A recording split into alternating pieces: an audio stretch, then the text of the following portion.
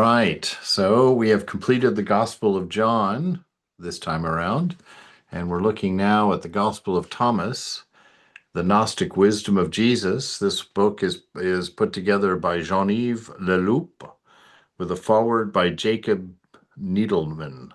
And I give you that information really just if you want to get the book to know what it looks like. So there you are. Hey, So, Swan. yes, sir.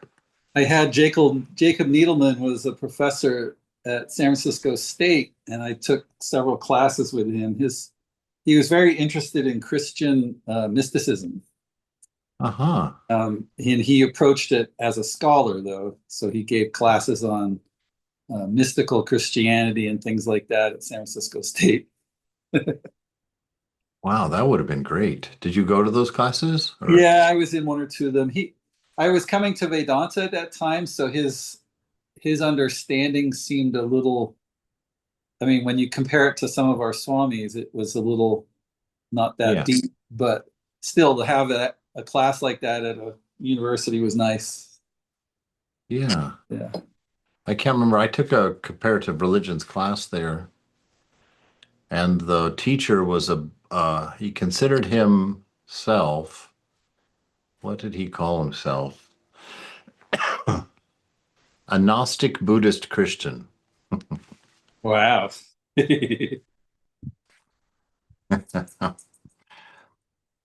All right.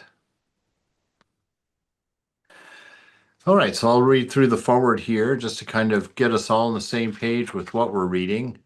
I did underline quite a few things in there, so there's some good things or things that I liked. That was very interesting.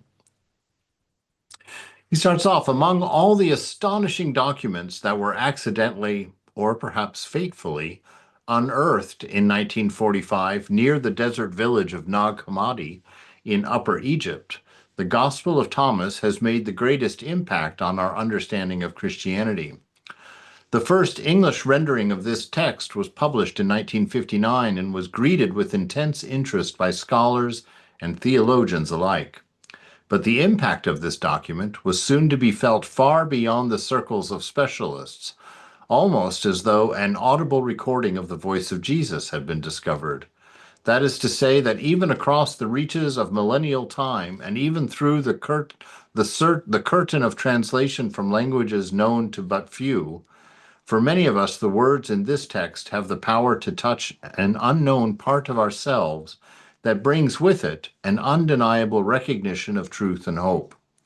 When it was said of Jesus by those who were first bewildered by him that he spoke as one having authority, what is surely meant is that he and his teaching authenticated itself by their power to awaken that same hidden self-authenticating part of the human heart and mind. Here we have the key to approaching the fundamental category that scholars and theologians have applied to this document and those like it, the technical term Gnosticism. It is a word that in fact points to something of great importance to our understanding of all the spiritual traditions of the world, and as such of great importance to our understanding of human life itself. When scholars apply the label Gnostic to the documents found at Nag Hammadi, they are generally assigning them to the current of religious doctrines and practices that flourished in the early centuries of the Christian era and were condemned as heresy in a movement spearheaded in the 2nd century by the redoubtable Bishop of Lyon, Irenaeus. The eventual result of this condemnation was the widespread suppression of these heresies and the relentless destruction of their constitutive texts. Until now, most of what was known of these teachings was based on the adversarial accounts of them provided in Irenaeus's vastly influential work Against the Heresies. The immense historical significance of the Nag Hammadi documents consists in the likelihood that they were buried by members of some of these communities in order to preserve them from the storm of ecclesiastical book burning at the time. Thus, nearly 2,000 years after the suppression of these so-called heresies, we now suddenly have the opportunity to look directly at aspects of their teachings instead of seeing them largely through the eyes of their enemies. But although the texts themselves can now be directly seen for the first time in nearly 2,000 years, Really, to see them is a task that invites us to something much more demanding and joyous than simply reading them off the pages of ancient scrolls or modern translations and interpreting them according to familiar habits of intellectual analysis. It is not for nothing that in this document the very first words of Jesus, here called by the Aramaic name Yeshua, are these: "Whoever lives the interpretation of these words will no longer taste death." Is this merely a figure of speech, or do these words speak to some kind of knowledge and knowing that have an action upon the very flesh and blood of a human being, an action that is incomparably more penetrating than anything we call knowledge or knowing, including even our inspired moments of intellectual insight or passionate realization? Is there some kind of knowing that can transform our being to the point, dare we imagine, of bringing forth a life that does not die when the body dies? Such knowing as this is inseparable from the action of faith, considered not simply as a set of emotionally charged beliefs, but as a movement within the human psyche that generates a magnetic current flowing between our individual human life and the source of human life itself, and that deposits into our human life the spiritualized matter of what is called the new Adam, that enables a man or woman actually to answer in an entirely new way the great cry of St. Paul, "For the good that I would, that I do not, and that which I hate, that I do." Or in other words, to answer with the actions of love rather than with the brittle promises of future virtue. Such transformational knowing actually has little or nothing to do with what we ordinarily call thought. It has to do with energy, the energy of consciousness. This energy is at the heart of what is signified by the ancient word gnosis, from which Gnosticism is derived. In applying the term Gnosticism to these teachings, scholars and theologians understandably call our attention to the emphasis that most of the Nag Hammadi documents place on the role of knowledge in the religious life, in apparent contrast to the demand for faith that became the central tenet of the Church over the centuries, especially in the West. There are numerous other doctrines that are sometimes identified with Gnosticism, such as its apparent metaphysical dualism and condemnation of the world, but it is the notion of gnosis as transformational knowing that is of utmost importance and that cries out for deeper inquiry in the world we live in, a world, a civilization, which is deeply, perhaps fatally, afflicted with an ever-widening disconnect between what we know with the mind and what we know in our heart and in our instinct. Both our civilization and in our personal lives, the growth of knowledge far outstrips the growth of being, endlessly complicating our existence and taking away from us far more than it gives to us. In relation to the advances and applications of scientific knowledge, we are like children restlessly sitting at the controls of a locomotive. Without a corresponding growth of inner moral power, our intellectual power seems now to be carrying us toward disaster in the form of the catastrophic destruction of the natural world, in the decay of ethical values, in the secrets of biological life falling under the sway of blind commerce or blind superstition, and above all, in the impending worldwide nuclear terror. May we not therefore say, as Plato said 2,500 years ago, that such knowledge as we have does not really deserve the label knowledge? Can we listen to him as he tells us that the knowledge without virtue can neither bring us good nor show us truth? This is to say that such knowing as we have not is that that this is to say that such knowing as we have is not transformational. It does not elevate our level of being, and it does not nourish the development of moral power. It is the only fully developed human being. It is only the fully developed of human being, which means the fully developed human mind in which the intuitive objective value. Good Lord, these words. It is only the fully developed human being which means only the fully developed human mind in which the intuition of objective value is an essential component, that we can see the world as it really is, and that, through its action upon our instincts and impulses, can lead us toward the capability to act in the service of the good. The present text is offered to us by Jean-Yves Leloup, not so much as a commentary on these words of Jesus, but as a meditation that arises from the tilled earth of our silence. I loved that when I read that. I thought that was exactly what it is. A meditation that arises from the tilled earth of our silence. That's what I'm saying, that inner place where you go, or it's absolutely silent, and only in that silence can we know what we are. And we cannot speak it. You must be it to know it. I take this to mean that it is through the author's own inner opening toward the self that his scholarly and theological skills take their ultimate direction in translating and interpreting what he rightly calls the sublime jewel of a gospel. Look at that. The opening toward the self. I take it to mean that it is through the author's own inner opening toward the self, and they capitalized self. Wow. That's getting very close. In other words, there may be, and I believe there are, two kinds or levels of knowing operating in this book. On one level, the visible level of words and concepts, there are the insights and explanations that will help every serious reader think in a new way about the meaning of the teaching of Jesus, a way that does not in any way deny the greatness of Christian doctrine that has brought comfort to countless millions of men and women through the ages. But for Leloup, this kind of knowing about the Christian religion, precious as it is secondary to a deeper kind that is given through grace, that is the fruit of the inner work of meditation. And what words can characterize passage to this deeper level of knowing? Leloup puts it this way: there exists a relative consciousness formed and acquired through readings, encounters, and the thoughts of others.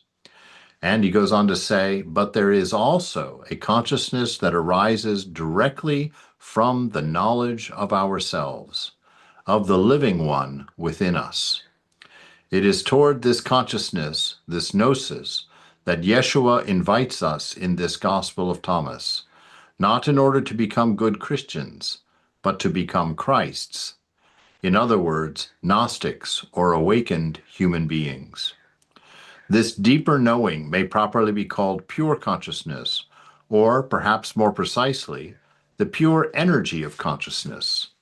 It is an energy, no doubt, itself existing at many levels, that can be allowed to descend into the body and heart and mind, and through its own active force, make of us the being called anthropos, the awakened, the fully human.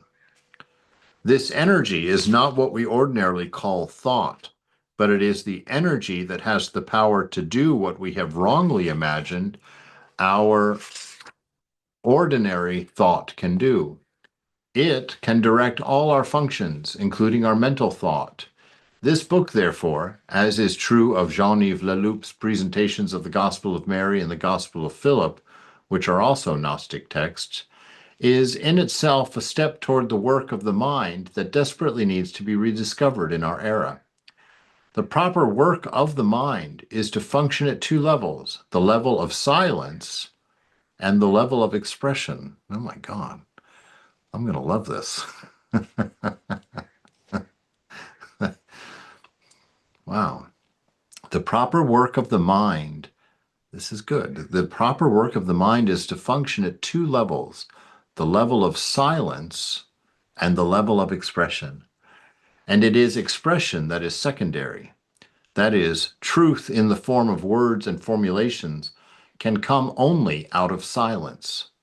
The state of the pure energy of consciousness anterior to its assumption of forms, words, and ideas, associations, the organization of impressions, images, and programs. The mind alone, the mind that is not nourished by the silence of the fertile void of pure being, as such, is incapable of guiding human life. The ordinary, isolated intellect, no matter how brilliant or inspired, has not the energy to command our thoughts, words, impulses, memories, and experiences in a way that conforms to truth and the good. This, in sum, is the tragedy of our Es era. hier. What's that? Who was that? Sorry. Let me turn on the mute here. All right. This, in sum, is the tragedy of our era. Our knowledge in the modern world, all that science has brought us, the phenomenal, wondrous discoveries it has brought us about life, matter, and the universe, will eventually bring us nothing but destruction, because we have forgotten that the mind alone cannot direct itself or the whole of ourselves. It does not have the energy for this. It is an energy that must come from another, higher level within the human psyche, a level that is experienced as silence. Whatever we wish to call it, then, Gnosticism, esotericism, mysticism, each in its authentic rather than imitative form, spiritual work has to do with energy rather than solely with what we thought, with what we call thought. Gnosis is a force, not just a set of ideas, symbols, or concepts. The extent that we render our religious or moral teachings only in words, no matter how beautiful or systematic, we are bound to become prey of academicism, dogmatism, and fanaticism. What our modern world has suffered from most of all is runaway ideology, the agitated attachment to ideas that thereby become the playthings of infrahuman energies. This is the great danger of all ideologies, whether political, religious, or academic. Is it possible, Leloup asks, to read these logia, these sayings of Yeshua, in a way that allows them to make their way into the mind and the heart of our humanity, leading us into a voyage of transformation toward a full realization of our being? Within this question lie both the effort and the reward, the demand and the gift, offered by this and all truly sacred writings. What would it mean to attend to our inner state of being, even as we try with all our might to grasp the meaning of these sayings? Alone in our room or in our exchange with companions and colleagues, or for that matter, in our inner confrontations with all of the views that we may have previously taken as the sole truth. What would it bring to us now to keep a quiet mind alongside the passionate commitment to independent thought that once brought such hope to our modern world? It is my belief, Leloup concludes, that it is from this ground of inner silence, rather than from mental agitation, that the words of Yeshua can bear their fruit of light. That gave me chills. So much like Vedanta, what you were reading Yes, to me. yes. Exactly. I heard uh, Lord Christ was in India for 12 years in the mountains, Himalayas. Is that true? I have read it in 2, 3 places. He was not known for anybody Yeah. for 12 years. Well, there are 14 years of his life that are not recorded, that we don't know anything about. Now, I think it was a Vedananda that on one of his wanderings stopped into a monastery up in, was it Tibet, I think, where he was told by the inmates there that they had a traditional understanding that someone named Isha, which is Jesus in Sanskrit, had lived among them and had gone and done his teaching and then came back to them. And the tomb of a person called Isha still remains in that monastery. And then Swami Abhedananda mentioned this to Vivekananda, and Vivekananda told him, "Stop. Don't go down that road." He said there's very little spiritual value in it, and there's lots of antagonizing value in it. So don't do it. That's not our work. That's not where we're going to go with it. So there's that. And then, so is it true? Is it not true? I think Vivekananda is saying it's not really important to us as Vedantins. That is true. We probably believe it's true. And that's all right, and that's fine. There's no reason for anybody else to believe it's true. It won't change their experience Sure. of Jesus at all. So he Oh, didn't want us definitely. digging in it. Definitely. And then there's also, I mean, it's interesting. Jesus and Vedanta is an interesting conversation because there's a few things that are contradictory in there, in that, you know, Vivekananda has a vision of Jesus, Ramakrishna has a vision of Jesus, but then Vivekananda has that dream on that boat in the Mediterranean where he's told by an angel, if you dig here, where the boat was at that moment, he says you will find that Jesus never existed. And Okay. so, and so if that's the case, then who was it that Ramakrishna had a vision of, and who was it that that Vivekananda had a vision of? You know, and I had this conversation with Swami Prabhupada many years ago, as I was wont to do, and I asked him what was up with all of that, and he said to me, he said, "Don't trouble your mind with it." He said, "Was Jesus real? Was Jesus not real?" He said, "Is not the point anymore." He said, "We don't have the means of knowing that at this point." He says, "What we should know is that a beautiful ideal of truth has been captured in that name. And whether or not he existed as a form is not important." He said, "The teachings are still as important, whether or not he was a person or not a person. The teachings and the information that we have from him is valuable and important Yes. to read." So I liked that answer. And so I haven't really Me too. pursued those things as whether they're true or not. I think they're matters of the heart. And I think in matters of the heart, we don't necessarily take what's most physically true. We take what's most beneficially true for the state of the heart, the state of being. And whatever we can learn from, we learn from. It's true. And, you know, whatever we can be established in. So that all being said, I believe it's true. And I don't believe it diminishes him. And I don't think there's a reason for a Christian to be threatened by that idea. Um, Totally all right. agree. Thank you, Swami. Yes, certainly. All right. Just because I'm eager to get into the text, we'll read the introduction next week. And now we'll just jump into the first chapter here so we can have some food for the afternoon. Let's see here. 5 o'clock. 4:30. Yes. These are the words of the secret. They are revealed by the living Yeshua. Didymus Judas Thomas wrote them down. Number 1, Yeshua said, "Whoever lives the interpretation of these words will no longer taste death." 2, Yeshua said, "Whoever searches must continue to search until they find. When they find, they will be disturbed, and being disturbed, they will marvel and will reign over all." All right, so two beautiful things here. The first one we're fairly familiar with. There is that notion, you know, that the wages of sin is death, but the wages of righteousness are life, you know, and that this notion that the words, these teachings, give us eternal life. And really what I'm thinking that they're pointing at here is it gives us an awareness of an eternal life of a self that we don't normally think of as ourself, a self that's not material, that doesn't belong to a physical world. And so whoever lives by these words will see that and will come to know of that self, that eternal, immortal self within, and will not taste death.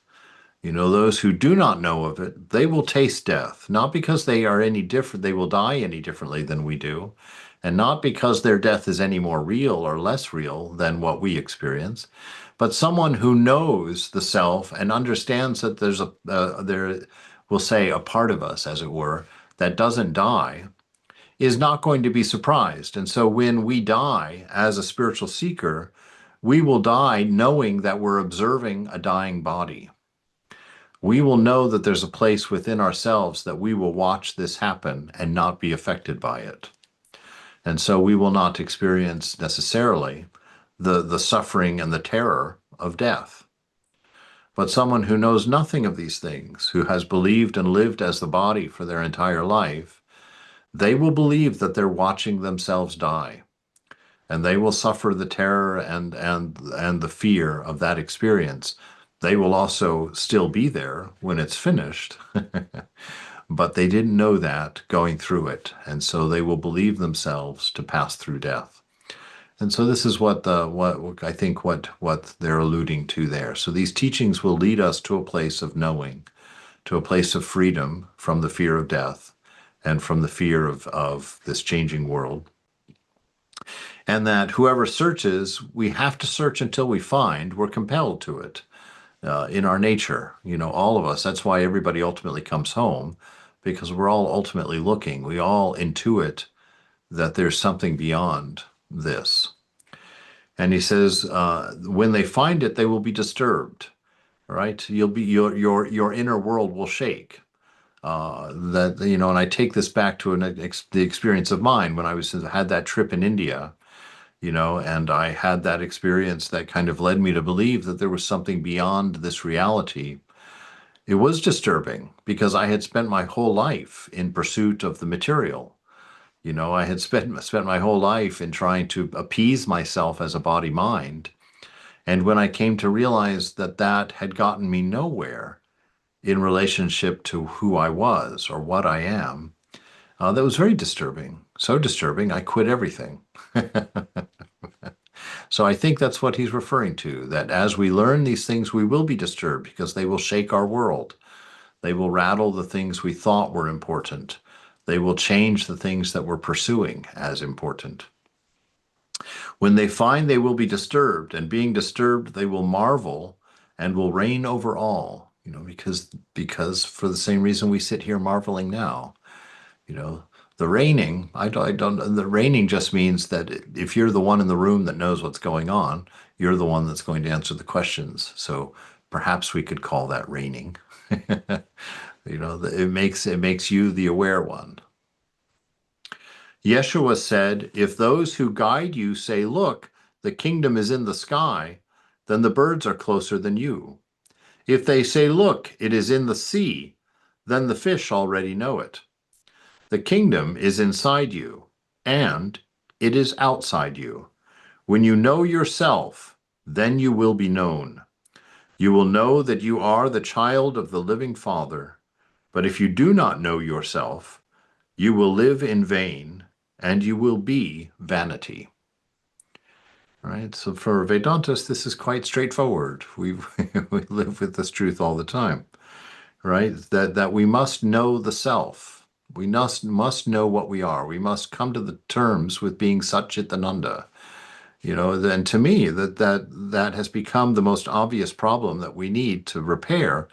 Because if you do not know what you are, how will you know how to make yourself happy? If you don't know who and what you are, how will you know what your body mind is for to live a fulfilling life? To find something meaningful in yourself. How will you know what to do with your mind and body if you don't know what you are? So this who am I is quintessential to knowing, because you cannot hit the target without knowing what one looks like. You can't hit a target that you don't know what or where it is. And so he says, when you find it out, you'll be fully known, that knowing which all else can be known, right? And you will know that you are the child of the living Father. That you are a part of this family of oneness, and you will know yourself to be of the living Father. But if you do not know yourself, you will live in vain, for exactly the reason we just discussed. You'll be doing things that have nothing to do with you. You'll be searching for things to fulfill you that can't give you anything. You'll be looking for purposes in your life that have nothing to do with you. And so that's vanity. That's the very definition of it. And so you will be a vanity. You can't become anything real pursuing unreal things. You become a vanity to the world. Yeshua said, an aged person will not hesitate to ask a 7-day-old infant about the place of life, and that person will live. Many of the first will make themselves last, and they will become one. All right, so an aged person will not hesitate to ask a 7-day-old infant about the place of life, and that person will live. All right, so it's just that place of life. I'm not sure what he is referring to there in its exact. See if they have a commentary on that. They don't. But on the place of life, to me, it's that when I look at a child, I always see them as fresh from the infinite, in remembrance of a song. You know, that they are very close to God because they've just come from the hand of God. And I love to look in a child's eyes, not like I'm looking in a baby's eyes, but that I'm looking in wisdom's eyes. You know, that I'm looking in the eyes of a person who has been in a body for thousands of years, who's now taken a new one, but he's at that tweener point, you know. And when you look into the eyes of a baby, you see wonder, you see openness, you see just amazement, right? In there's nothing closing you out. There's nothing holding you out. And I think here this reference to an aged person not hesitating to ask a 7-day-old infant about the place of life, you know, that this knowledge, this idea that there's something beyond the apparent, you know, that there's something here to know. And so an aged person who's willing to understand that they have not learned everything there is to know, that just being old in a body is not wisdom itself, but that person will not at all fear to go to a baby 7 days old for wisdom, and to look, you know, in the eyes of that baby for wisdom. That person will live. You'll find the truth, because that's how you find it. Many of the first will make themselves last. Again, this humility. We talk about the fact that grace is infinite, but in order to accept an infinite grace, you must develop within yourself an infinite humility, because you will not accept grace for something you think you can do, right? And as long as you think you can do it, the grace does not flow on you. You have to come to that place, and it has to be very real and very organic. You have to be brought to a place where you come to realize you can do nothing, for you are nothing, right? And when you come to that place, it's not a place, well, it is for a moment a place of despair, a place of sadness, because it will bring you to your defeat. And only in that defeat can you take refuge, because only in that defeat will you know that you need it. And it's that knowing that you need it that will allow you to have the sincerity and the earnestness necessary to reach out for it and accept it. You know, otherwise you'll keep pushing it back, believing you can do, I will be, I will make. And then you're stuck. But for those who are willing to make themselves last, those who are willing to accept that humility, they will become one, right? You will merge. Yeshua said, recognize what is in front of you, and what is hidden from you will be revealed. There is nothing hidden that will not be revealed, right? And what this says here to me is that when you pay attention, when you start living with awareness and consciousness, and you observe the workings of your mind, you observe the workings of your body, you become aware of your internal geography. By being aware of those things, by watching clearly, analyzing, and discerning, that which is hidden will be revealed, right? And what is hidden? That you are not the doer, right? That you were not born, that you will not die, that you cannot be affected by this world, that this world is a dream state, right? You're in the waking dream now, you're in the sleeping dream later, but the nature of the world you're experiencing has not changed, right? So recognize what is in front of you, and what is hidden from you will be revealed. There is nothing hidden that will not be revealed. His disciples questioned him, should we fast? How should we pray? How should we give alms? What rules of diet should we follow? Yeshua said, stop lying. Do not do that which is against your love. You are naked before heaven. What you hide will be revealed. Whatever is veiled will be unveiled. Right? So these yeah. But I tell you, if I didn't have the Vedanta behind me and I was reading this and trying to figure it out as a Christian, I would have no clue whatsoever. When he says to them, stop lying, I'd be like, what? What do you mean stop lying? They were just asking questions. But what were all the questions about? Doership. What do we do? How do we do it? And they were his disciples, so he wasn't expecting them to speak from that level of ignorance. They'd been with him all this time. They'd seen so much of him already. He says, stop lying. Stop lying to yourself about who you are right now and asking questions of what you should do based on this imagined thing that you see yourself as being. He says, stop lying. All you have to do is do not do that which is against your love. Your Satchitananda, that's what we're talking about. Do not do anything that is counter to your nature of love, of wisdom through being. So do not do that which is against your love. You are naked before heaven. Right? There is no barrier between you and the whole. Right? Yes, you are naked before heaven. You are utterly vulnerable. Right? You are utterly small and vulnerable. Take refuge. Cry out to that which is greater. You are naked before heaven. What you hide will be revealed. That's self-explanatory. Don't reserve places for your enjoyment. Don't reserve places in your interior world that are for you alone. Do not do it. Don't hide your vices. Don't make pretenses in the Sangha.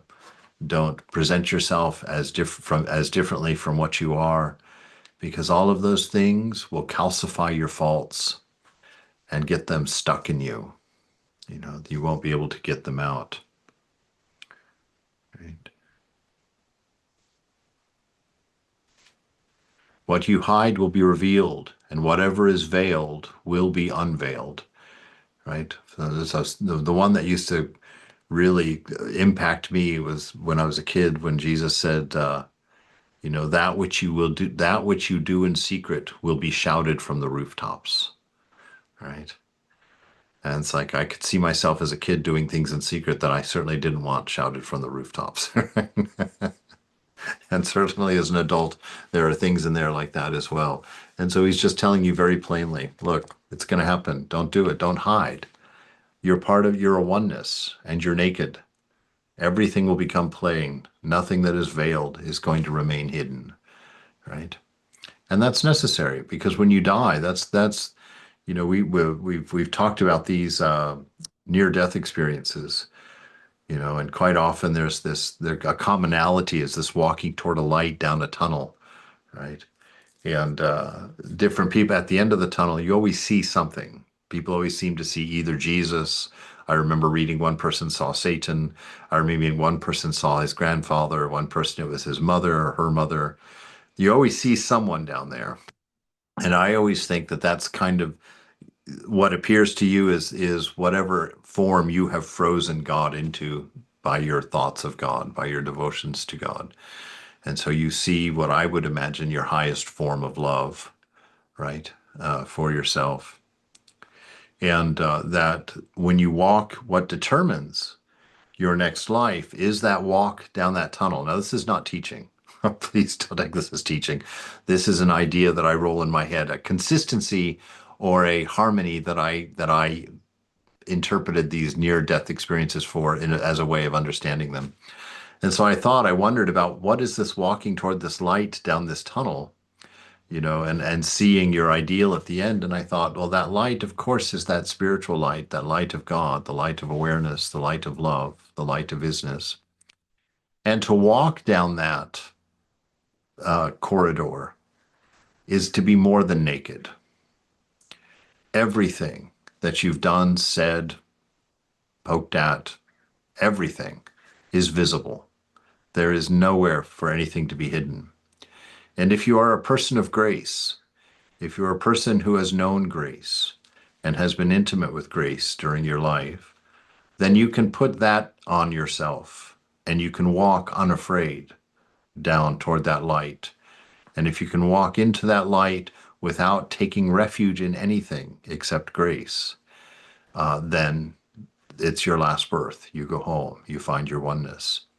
But if, as you walk along that corridor, you become embarrassed or ashamed or afraid, and you don't have grace, you don't accept grace in the moment to cover it, whatever it is you reach for to your left or to your right to take refuge is your next birth.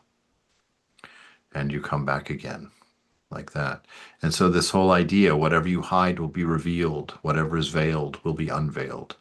Know that there will come an opportunity for us where you will be naked before heaven, like he says here, and you will walk, and the light will go through you, and all that you have ever been, seen, done, will be revealed. And if you can hold on to grace and your awareness of love all the way to the light, you're free. If you flinch, you choose your next birth. All right. So do not do that which is against your love. Yeshua said, "Fortunate is the lion eaten by a human, for a lion becomes human. Unfortunate is the human eaten by a lion, for the human becomes the lion." Right?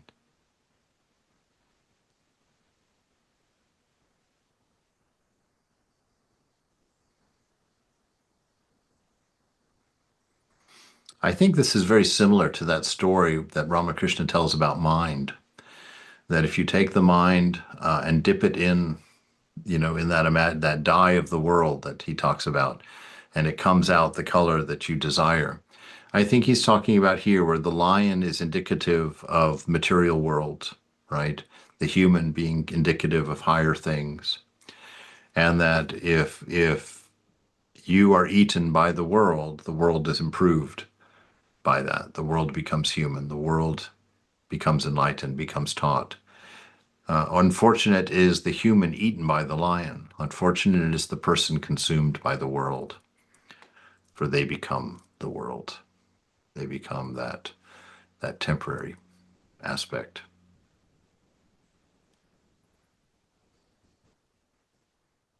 You could take it into individual relationships too. If you hang out with lions and aren't equipped to hang out with lions, you'll be devoured. You'll be reduced to being a lion. But if you can hang out with them like Daniel in the lion's den, and not be affected by them, to understand them and not be affected by them, then you bring everyone up.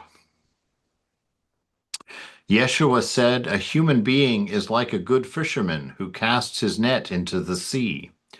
When he pulls it out, he finds a multitude of little fish. Among them, there is one fine, large fish. Without hesitation, he keeps it and throws all of the small fish back into the sea. Those who have ears, let them hear." This is the seeker that he's talking about at the beginning. The seeker who's seeking has to seek until he finds. And this fishing is us seeking, casting our nets out there and pulling in to try and find that thing which is sustaining, that thing that is important, the answer to our question, right? And if in that fish we find that one piece of truth, you find your whatever it is, the Vedanta or the Bible or whatever, wherever you're going to find your truth, you find that in this casting that you've pulled in. What do? Well, you keep that one gem, that one important big fish that you've got, get rid of the rest. Throw them away, all worldliness. Throw everything else in your life away. You have found that one pearl of great value. Like Ramakrishna says, if you take that diamond to the brinjal, to the eggplant seller, he'll give you eggplants for it. But take it to the diamond seller, and he knows the value of it and will give you the proper value for it. Right? So it's like a fisherman. We cast out in this life, trying to learn from life. When you find something, a nugget, throw everything else away. You've got the one thing. Yeshua said, once a sower went out and sowed a handful of seeds. Some fell on the road and were eaten by birds.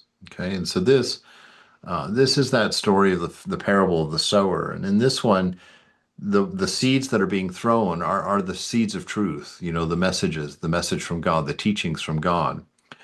And some fell on the road. Well, the road is hardened from lots of wear. So if you've lived a very worldly life, and you've become hardened, your character's been hardened, your love has been hardened, you're not empathetic, you're not loving, you're very defended as a person, then those teachings don't take root. They just get eaten by the birds. They just bounce off of you and someone else will pick them up and eat them later. Some fell among the thorns, which were smothered. All right, and the thorns are someone who's living a worldly life. You may be studying spiritual things. You may be going to church. You may be going to temple. You may be doing all of those things, but you're living a worldly life that's based on the desires of body and mind. And when you do that, all of the good that comes out of living a spiritual life get choked out by desires, get choked out by pleasures and promises of the world that are always ending and needing renewal. And so you'll get distracted and stay distracted. And their growth will be smothered. Those seeds that may take root in you will not be able to grow because they'll be choked out by your other desires. Some fell among the rocks and could not take root. Right? So among the rocks is, again, that a life of, just if I could have had you come to one of my dinner parties, you would have known what that life, he's talking about the life of rocks, a life with no root, a life with no soil, a life with no depth to it. Everything is so vapid. The conversation at the table was just witticisms flying left and right and little pieces of this and that and little constant, trying to win the tiara of being the most witty person at the table. All these things, if you live that kind of life, that kind of shallow enjoyment, never really thinking deeply, never really asking the deep questions, but staying constantly busy and active and distracted, then these things fall upon the rocks. They can't take root, so they just don't grow in you. They don't produce any fruit in you. And then he says, but others fell on the fertile ground, and their fruits grew up toward heaven. They produced 60 and 120 units per measure. Right? If they find if these teachings, if reading these scriptures can find a receptive place in your heart, and you take them in and you sit and think about them and you nurture them by wondering about them, they will grow and produce a vast amount of fruit for you. The fruits of the Spirit, the fruits of joy, the fruits of happiness, the fruits of love, right? The fruits of life. Yeshua said, I have sown fire upon the world, and now I tend it to a blaze. Yeshua said, this sky will pass away, and the one above it will also pass away. The dead have no life, and the living have no death. On days when you ate what was dead, you made it alive. When you are in the light, what will you do? When you were one, you created two, but now you are two. What will you do? Right? So this sky will pass away, and the one above it will pass away. Everything becomes one without a second in the end. Right? Nothing remains as an individual, as an independent. The dead have no life, okay, merely a statement. The living have no death. Okay, so this is to say that those things, there's real and unreal, right? Those things that you don't know the essence of, that you don't know the Satchitananda, you don't know that God has become all of this. Those things that do not have that lasting quality, things that aren't being presented as they are, right? Those have no life, and the living have no death. On the days when you ate what was dead, you made it alive, right? So it was you that gave value to a world with no value. It is you that walked into a world of constant change, where nothing is what it seems. And it's you that gives birth to love, that gives birth to wisdom, that gives meaning to objects, gives narrative where there is no narrative. Right? So on those days when you ate what was dead, you made it alive. When you are in the light, what will you do? When you were one, you created two, but now that you are two, what will you do? Right? Very much talking about the source of things. It's like, how far out into illusion will you go? How far out into delusion will you go? What will you do? So you've created two out of the one. Now what? Right? You're in the light. You're in the knowing. Now what? What will you do with it? The disciples said to Yeshua, "We know that you will leave us. Who will be the great among us then?" Yeshua told them, "When you find yourselves at that point, go to James the just." This goes to the James who wrote the book of James in the Bible, the brother of Jesus. Right? Go to the just. All that concerns heaven and earth is his domain. That's interesting. That's a very concrete instruction. What do you say? Go find James. I don't know. Huh.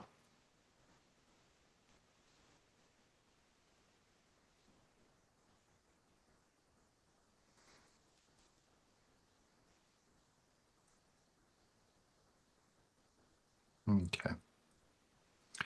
I don't think there's a whole lot to be said there. Except it's an interesting question. Who will be great among us then?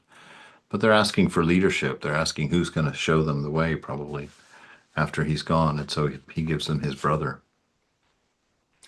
Yeshua said to his disciples, "What am I like for you?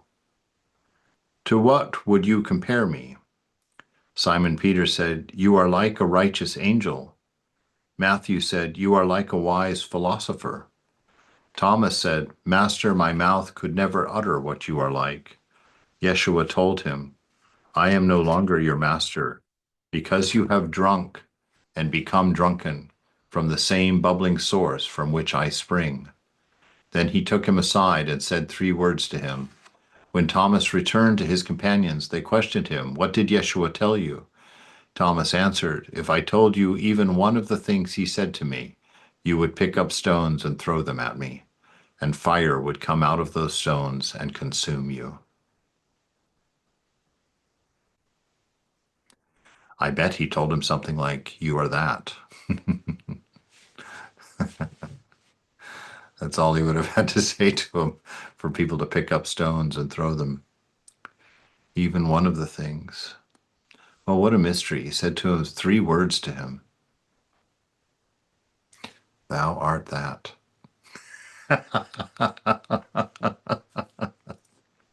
Maybe. Anyway, it would be something like that if it's not that particular.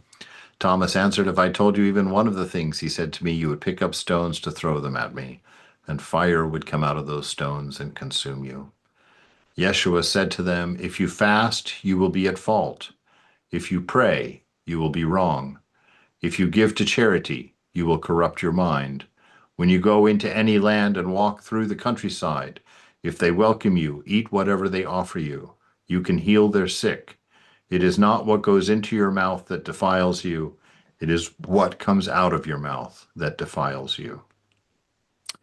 Right? And so this again is just, if you fast, you will be at fault. If you are the doer, you are creating karma. If you see yourself as doing, you are creating karma. You are creating error, because you are not the doer. God alone is the doer. And so if you fast, you'll be at fault. If you pray, you will be wrong. If you give to charity, you will corrupt your mind. Why? Because you'll do it for reasons of expectations. You'll corrupt your mind because you will not be able to give in purity with no sense of self, no me or mine in it, right? And when you go into any land and walk through the countryside, if they welcome you, eat whatever they offer you, right? Accept them, open that to them, respect them. You can heal their sick.